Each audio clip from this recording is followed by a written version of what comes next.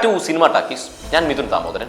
ഇന്ന് cinema talkies ചർച്ച ചെയ്യുന്നു KPC ലളിത ചേച്ചിയെക്കുറിച്ച്.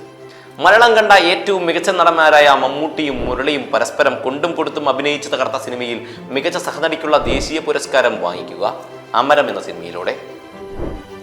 ചെയ്തുപോയ തെറ്റിന്റെ കുറ്റബോധം ഒരിക്കലും ഉണങ്ങാത്തൊരു മുറിവ് സൃഷ്ടിച്ച വിശ്വൻ എന്ന മനുഷ്യൻ തന്റെ അമ്മയെ കാണുവാൻ വരുന്ന രംഗത്തിൽ മോഹൻലാൽ എന്ന പ്രതിഭ വിശ്വനായി തന്റെ കരിയറിലെ തന്നെ ഏറ്റവും മികച്ച അഭിനയ പ്രകടനങ്ങളിലൊന്ന് പുറത്തെടുക്കുമ്പോൾ അയാളുടെ പ്രകടനത്തിന്റെ പ്രഭയെ നിഷ്പ്രഭമാക്കിക്കൊണ്ട് എതിരെ നിന്ന് അമ്മ വേഷത്തിൽ പെർഫോം ചെയ്യുക കന്മതത്തിലൂടെ.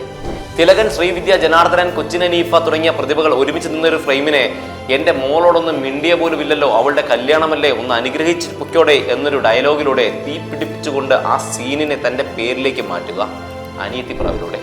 കേരളക്കര കണ്ട ആദ്യ ലേഡി സൂപ്പർ സ്റ്റാർ ഷീലാമ്മ കൊച്ചു ത്രേസ്യയായി അതിഗംഭീര തിരിച്ചുവരവ് നടത്തിയ സിനിമയിൽ നാളെ ഞാൻ പോകുമ്പോൾ മുന്നിലൊന്നും വന്ന് നിന്നേക്കരുത് എന്നൊരു ചെറുവാചകത്തിലൂടെ ഷീലാമ്മയെ സൈഡാക്കുക മനസ്സിനക്കരയിൽ നിന്ന്.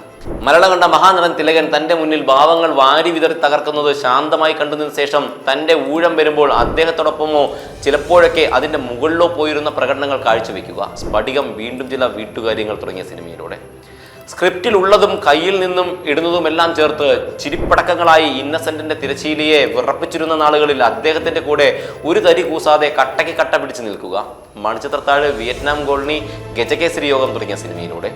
യാതൊരുവിധ ഫ്ലാഷ് ബാക്ക് സീനുകളുടെയോ ഭയപ്പെടുത്തുന്ന സ്കോറുകളുടെയോ സഹായമില്ലാതെ തന്നെ ശബ്ദം കൊണ്ടും അവതരണ ശൈലി കൊണ്ടും മാത്രം ഭീതിയുടെ ലോകത്തിലേക്ക് കാണികളെ കൂട്ടിക്കൊണ്ടുപോവുക മണിച്ചിത്രത്താഴിലെ നാഗവല്ലിയുടെയും ആദം ജോണിന്റെ കറുത്തച്ഛന്റെയും നരേഷൻ.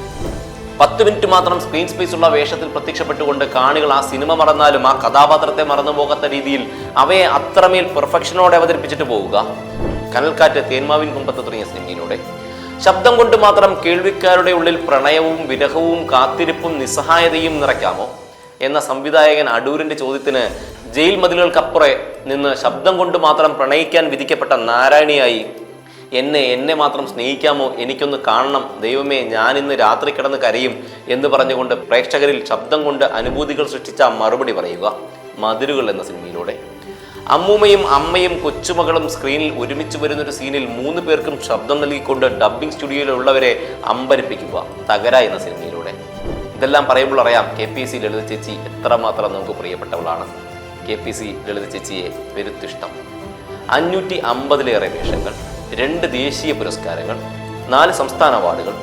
ദൈവമേ, എന്തൊരു നടിയായിരുന്നു അവർ. സൂക്ഷ്മദർശിനിയിലും ധീരനിലുമടക്കം തനിക്ക് ലഭിക്കുന്ന ചെറുവേഷങ്ങളെ സിദ്ധാർത്ഥ് ഭരതൻ അതിമനോഹരമായി കൈകാര്യം ചെയ്യുന്നത് കണ്ടു നിൽക്കുമ്പോൾ അതീവ സന്തോഷം തോന്നുന്നു. അമ്മ നൽകിയിട്ട് പോയ കഴിവുകൾ പരിപോഷിപ്പിച്ച് അയാളെന്ന നടൻ വളരട്ടെ. ആശംസകൾ നേരുന്നു. KPC ലളിത ചേച്ചിയെ പെരുത്തിഷ്ടം. സിദ്ധാർത്ഥ് ഭരതനെയും നന്ദി.